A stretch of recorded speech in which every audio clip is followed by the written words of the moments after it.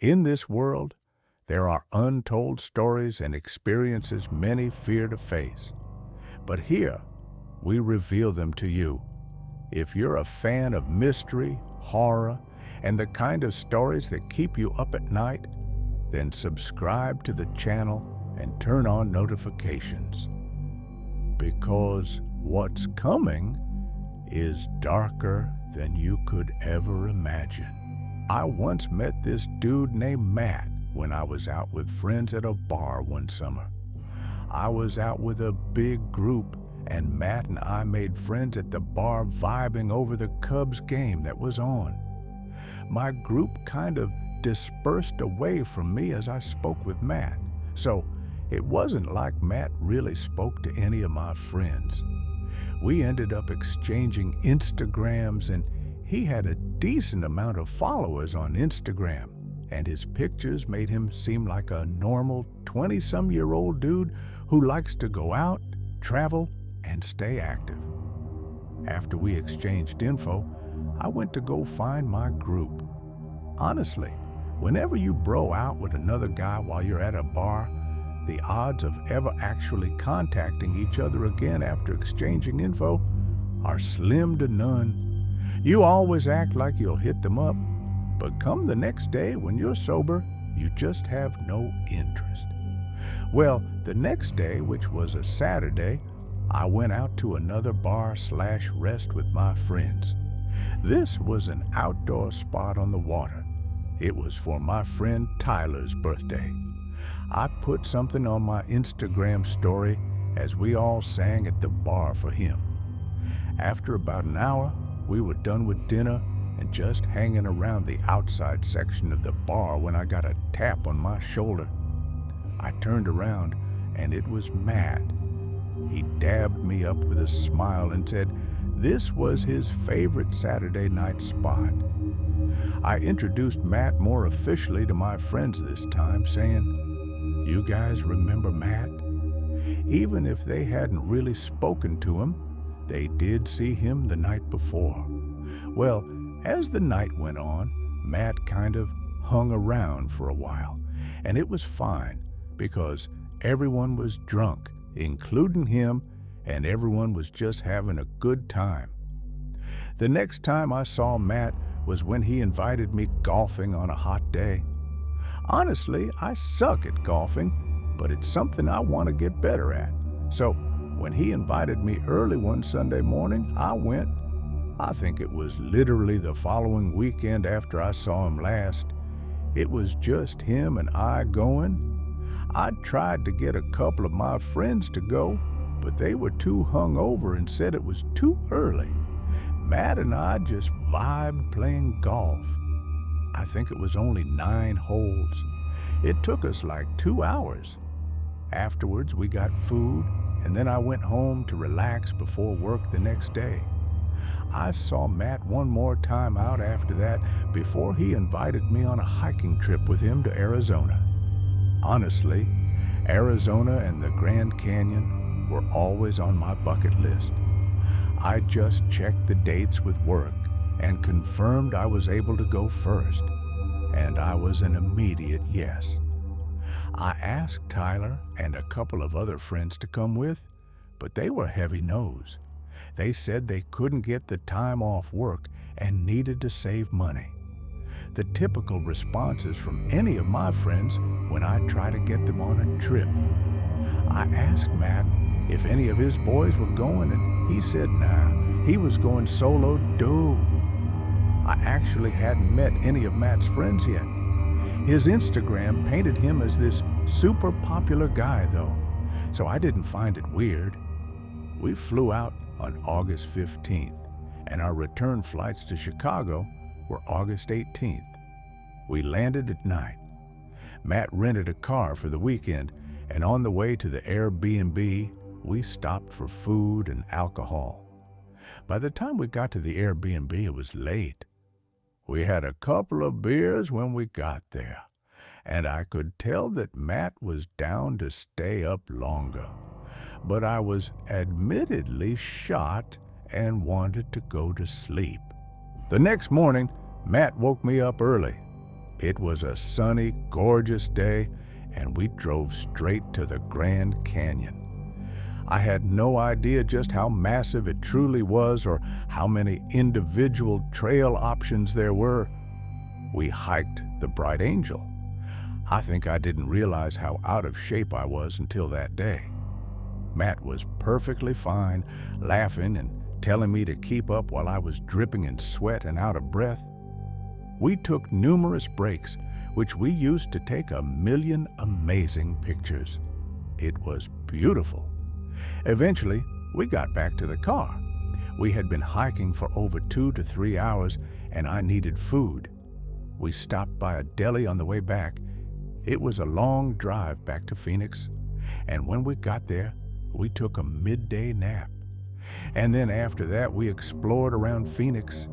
And of course, in Matt fashion, we drank at multiple bars. I barely knew the guy, but I could already see he liked his alcohol. Fast forward, we got really drunk. But I think I got drunker, and I'm not sure how because Matt was downing as many drinks as me. We had to leave the rental on the street and Uber back to the Airbnb. It was late. Time flew by somehow. I don't remember much besides Matt blasting music in the Airbnb for a bit and my plugging my phone in next to the couch. I guess I just went to sleep after that. That night, I woke up randomly, probably a couple of hours after I fell asleep. My bladder was about to explode and my mouth was drier than the Grand Canyon. I got off the couch and headed toward the bathroom, but I heard something, a crack in the floor like a crack from pressure. I scanned around the dark room with my eyes and saw nothing. So I went to the bathroom. While I was in there midstream, I heard a door clicking shut. It had to be Matt's bedroom door.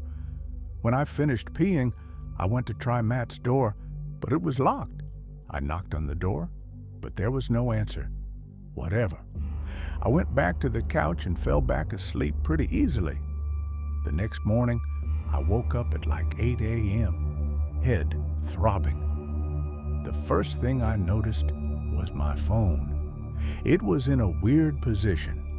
I had it charging last night and left it laying on the floor next to the couch bed, but now it was sitting on the table next to the couch, and it was unplugged. I was questioning why I might have done this, but ultimately, my answer was simple. I was just super drunk. That day, we obviously didn't do any hiking. Otherwise, I would have puked. We just Ubered to the car and then did some driving around, exploring different neighborhood scenery, and checking out the botanical gardens. I didn't really want to drink that day, but later on, Matt convinced me. And wouldn't you know it, it was another night of getting really drunk. Our flight was at like 1 p.m. the following day, so at least we didn't have to worry about getting up really early. We got back to the Airbnb late again. I'd say between 1 and 2 a.m. this time. Matt insisted on letting me sleep in the bed that night just because it was fair. Honestly, I didn't argue. I eventually took my bag to his room and then said goodnight and shut the door. I didn't lock it. Not that it mattered, because the locks, from what I remembered, had those door orc knobs with locks that you could easily unlock with like a butter knife or something. I wish I could say the story ended there and that we went home in peace the next day. Well, I woke up that night, probably not long after I fell asleep. I didn't know what woke me up at first. It's like waking up to a sound, but you didn't fully consciously hear that sound because you were still technically asleep when it caused you to wake up. I looked around the room and then for my phone. My phone was missing.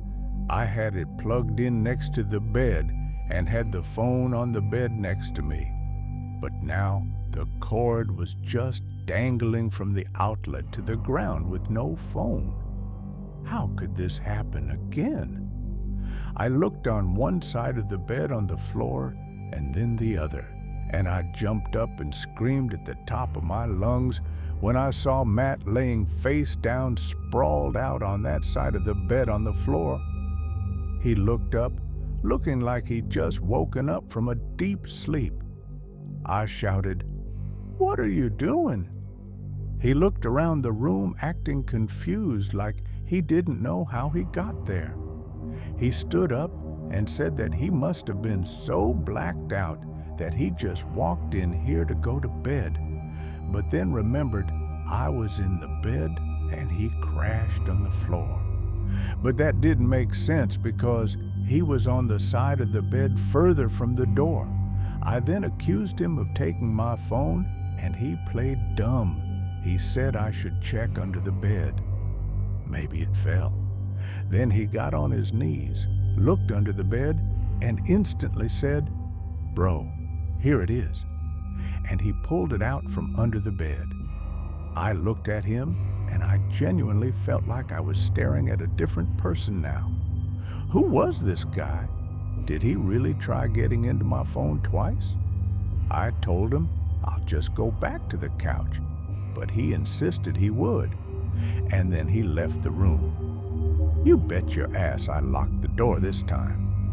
If it weren't for the phone, sure, I'd just see it as he was really drunk and did something goofy, like come pass out on the floor, but I was detecting, there, he took my phone and I know it. Since I was still kind of drunk, I didn't really have much trouble falling back asleep. Once again, I wish it ended there, but it didn't.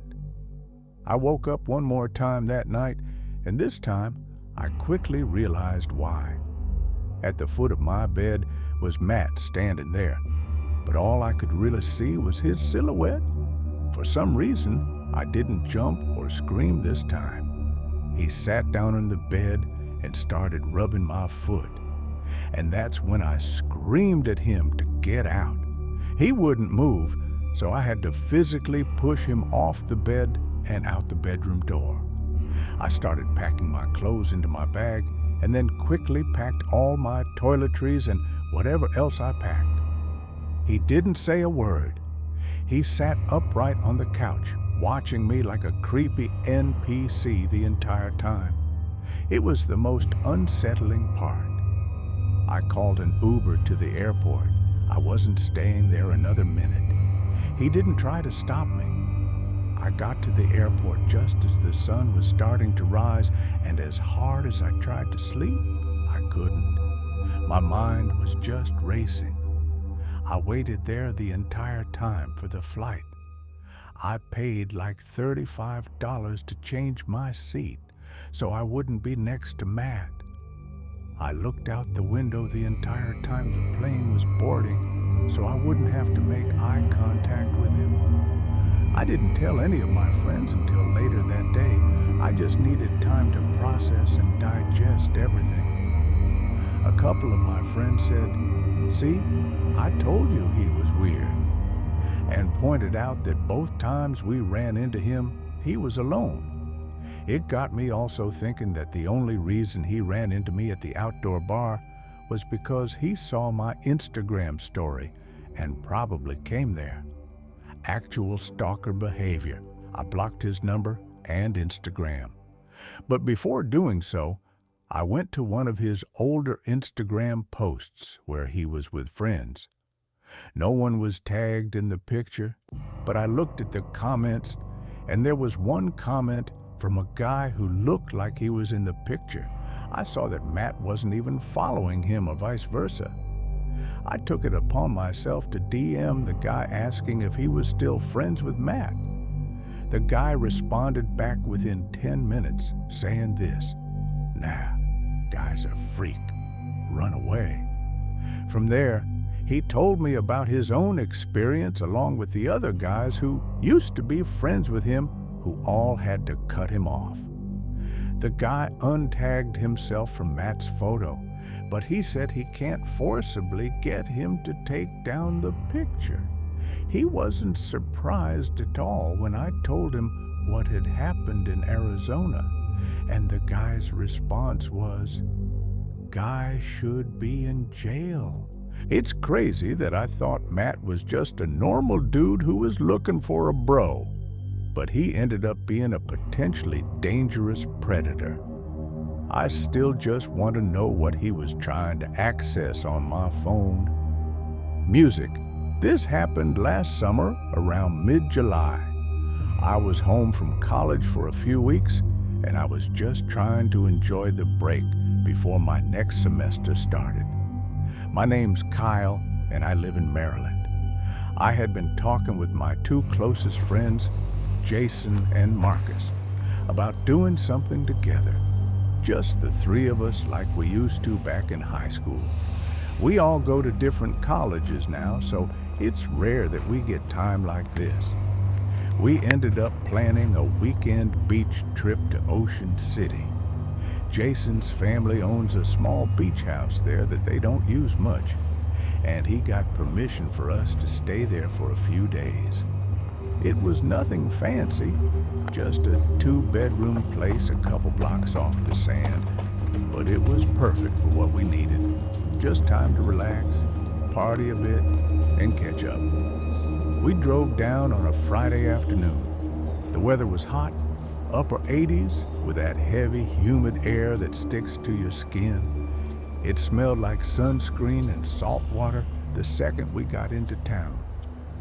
We spent the day walking the boardwalk, messing around in some of the arcades, and people watching. The beach was packed with tourists, kids running around with beach balls, families with umbrellas and coolers, and lifeguards constantly yelling at people to move out of the restricted areas.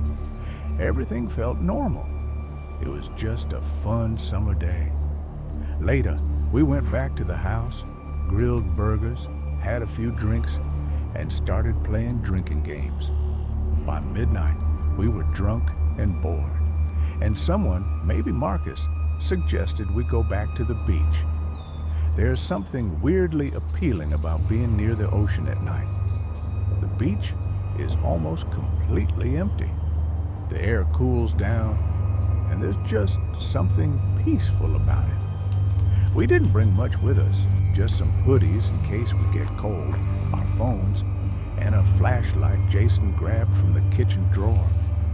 We didn't plan to swim around or anything, just hang out and maybe walk along the shore. We headed down a side street and onto the wooden boardwalk, then took the steps down to the sand. As expected, it was basically completely deserted. The waves were steady, and the only light came from a few lamps on the boardwalk and the moon behind some clouds. There was barely enough visibility to make out where the water met the shore. We walked along the edge of the surf, occasionally letting the cold water hit our ankles. We joked around, talked about random stuff, and just killed time.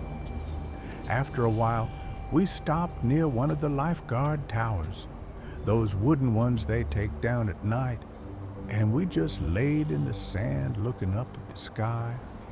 That's when Jason noticed something. He suddenly sat up and said, "Is that someone walking over there?"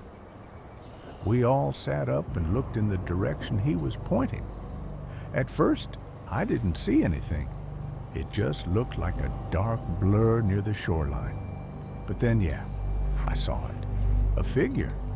But it was just a silhouette at that point, walking slowly right along the edge of where the water touched the sand. Probably 50 or 60 yards away. We figured it was just another person out late like us, maybe just going for a walk. But then we noticed that their movement was off. They weren't strolling around like someone enjoying the beach. Their walk was stiff, slow, and almost mechanical. Their arms didn't swing naturally, and their posture was strange. Their head was tilted down, but not fully. It looked like they were staring at the sand or maybe scanning it. We all stopped talking and just quietly watched them. Something about it put me on edge. I remember whispering, "What the hell are they doing?" Marcus suggested that maybe they're just looking for something. Jason joked that it was probably some drunk tourist who dropped their keys. We kind of laughed it off and went back to messing around, but I kept glancing at the person. A few minutes passed, and I noticed they had stopped moving. They weren't walking anymore. They were standing completely still now, and they were definitely closer, maybe 30 yards away. That's when I started feeling uncomfortable. We tried not to stare or shine our light at them, but it was getting hard to ignore. There was just something off about the entire thing. Marcus finally said, "They've been standing there for like 5 minutes. Who just stands like that?" Then Jason said something that made my stomach drop. He said, "He's not just standing, he's looking at you, Kyle." I didn't know if he was joking or not. I kind of laughed nervously and said, "Nah, he's looking at the sand." But Jason shook his head and said, "No, look closer. His head's tilted at you." That's when Jason pointed the flashlight at him. I didn't even want him to do that, honestly, but he clicked it on and aimed the beam. The light hit the figure for just a second before the battery started dying and it flickered out. But that second was enough. I saw him. He was almost grayish white with no shirt. He was wearing wet jeans, clearly from the ocean. His arms hung completely limp at his sides. His head was tilted at a weird angle, not broken, but unnatural. And his eyes were wide open, almost bulging. The second that beam of light hit him, he moved fast. Without any hesitation, he broke into a full sprint straight at us. I can't even describe how unnatural it looked. There was no buildup. He went from standing completely still to running at full speed, almost like he launched forward. All three of us screamed and bolted. We didn't even look back. We just ran. I could hear Marcus behind me yelling, "Go!" as our feet pounded into the sand. My lungs were burning. We ran all the way back to the steps leading up to the boardwalk and didn't stop until we got to the street. Only then did we turn around, but he wasn't there. The beach was empty. There were no footprints behind us, just the sound of waves. We stood there frozen, trying to make sense of it. We didn't talk much on the walk back to the house. When we got inside, we locked all the doors and windows, pulled the blinds shut, and stayed up until the sun came up. None of us could sleep. I kept expecting to hear knocking or see that pale face outside the window, but thankfully, it never came. The next morning, we tried to laugh it off again, say it was probably just some cracked-out homeless guy trying to scare people, but deep down, none of us believed that. The way he moved, the way he appeared out of nowhere, the lack of footprints, it made no sense. We stayed one more night, but we didn't leave the house. We left early the next morning. Over the next few weeks, we tried to move on, but then Jason texted me one night. He said he'd been having dreams. The same dream over and over. He'd wake up and see the guy standing in the corner of his room, soaking wet, head tilted, just staring at him. No movement, no talking, just standing. I told him that was messed up, but I didn't tell him that I was having the exact same dream. Everything was the same. The guy, the posture, just standing in my room, not moving and not talking. Sometimes I wake up thinking I hear the sound of wet footsteps in my hallway, but when I check, no one's there. Then last week, almost a year later, I was scrolling through this local Facebook group that posted about stuff going on in Ocean City. Someone uploaded a photo they'd taken the night before from the beach. It was grainy and dark, but I recognized what they were talking about. They said, "Does anyone know who this creepy guy is that I saw standing by the water at like 1 a.m.? I clicked the photo. It was blurry, but I recognized him instantly. Same posture, same pale skin. He was just looking down at the water. The comments chilled me even more. There were dozens of people saying they'd seen him too. Some said he was there for hours. One person said they watched him walk into the water and never came back out. Another said they found wet footprints on their back porch 2 streets from the beach. No prints leading to or from them. I don't know what we saw that night, but I know this. I'll never go back to that beach at night, music again. I grew up in Massachusetts, and every summer since I could remember, I would spend the 3 months in a classic coastal New England town. You know the type, if you've been in that area of the country. I had a big group of friends who always did the same thing, and we would get up to all kinds of shenanigans every day after our respective jobs. I was 19 years old when this happened, like most of my friends, and I had just gotten off of a dock boy job I had. So, like any other night, I texted my friends what the plan was and picked up my friend, who I'll call Emerson, from his job to go get alcohol, as he was the one with a fake ID. We got the alcohol and went back to the small town where we lived. We decided to get on my family's boat that I was able to take out on my own to have some beers while we wait for everyone else to finish what they were doing. We drove around the little peninsula we were on to this place where a lot of people anchor and hang out. There were a couple of boats anchored already, and it was about 7 p.m., but it still wasn't unusual. We found a spot between the 2 boats, threw the anchor down, and just chilled and drank. We were having a nice time listening to the music from the boat to our left when the one to our right decided to leave. And then eventually, the other boat's music shut off. We thought they were going to leave as well. So Emerson and I, in our new drunken state, began to groan and yell to turn the music back on to keep the party going and a bunch of other stupid stuff like that. But it didn't happen. We were sitting on the bow and started to drink again before Emerson said, "Dude, look." I turned around to look at the boat and saw 3 people standing on the edge just looking at us. My first reaction was to laugh because I was drunk. And then I turned back around, but Emerson kept staring at them.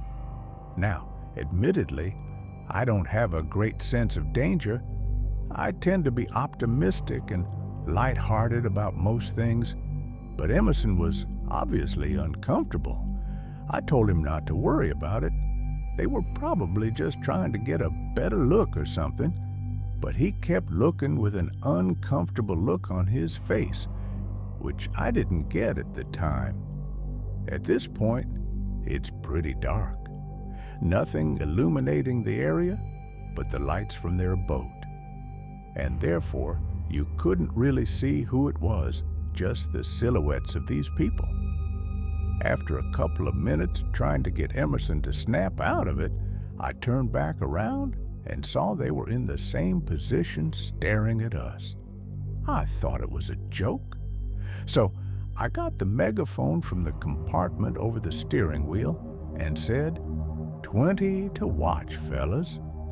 which pissed Emerson off because he sensed something wasn't right. I was putting it back when I heard one of them laugh audibly, a man. But something was off about it. It sounded almost sinister. It was slow and low, and it was kind of raspy. It was at that point that I started to feel uncomfortable. Emerson got up and said, "Let's get the hell out of here, bro. This ain't right."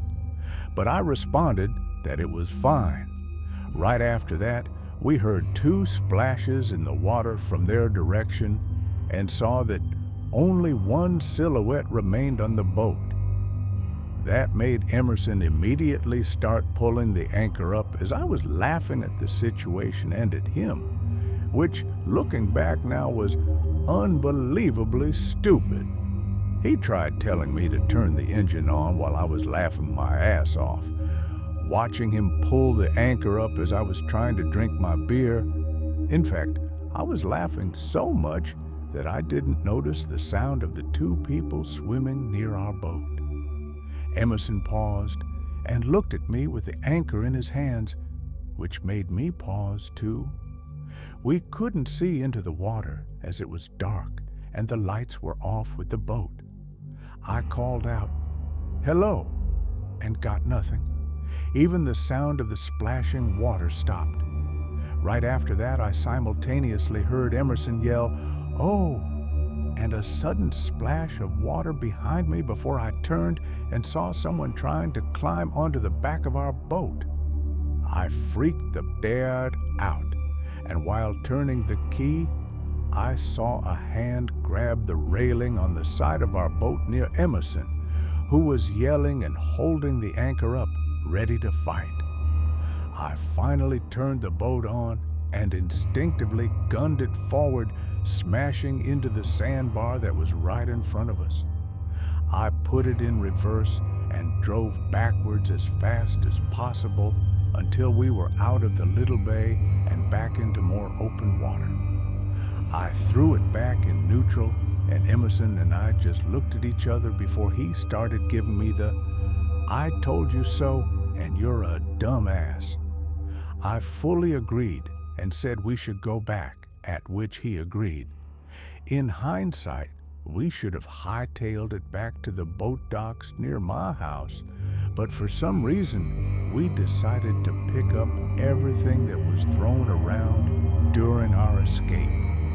We didn't even finish before I noticed in the direction we just came from the lights of a boat approaching, and it was approaching fast. I said, "Knowing way," and jumped back to the steering wheel and pushed full throttle. Our boat is old, so it doesn't go super fast, and even though I was full speed ahead, they were gaining on us. Emerson started to lose it, saying things like, "Who are these guys? What do they want? Why can't they just let us chill on the water?" So I told them to chill out and focused on going straight to the docks.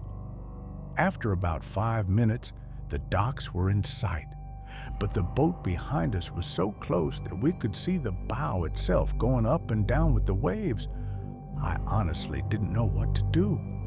I banged a hard left and got as close to the shore as I could without beaching. And miraculously, the other boat peeled off in the other direction. We breathed a sigh of relief, but I still went full speed back to the docks. After docking and being relieved at the fact that there wasn't any damage to the boat, we met up with our friends after that and told them what had happened, and also came up with some theories like maybe they wanted to rob us or maybe they wanted to take the boat. We didn't recognize the boat, so they probably weren't from around here. I don't know. I don't like to think about what would have happened. I'm just glad we didn't find out. I do know that I'm thankful for Emerson being there. Without his skepticism, I think things definitely could have taken a turn for the worst.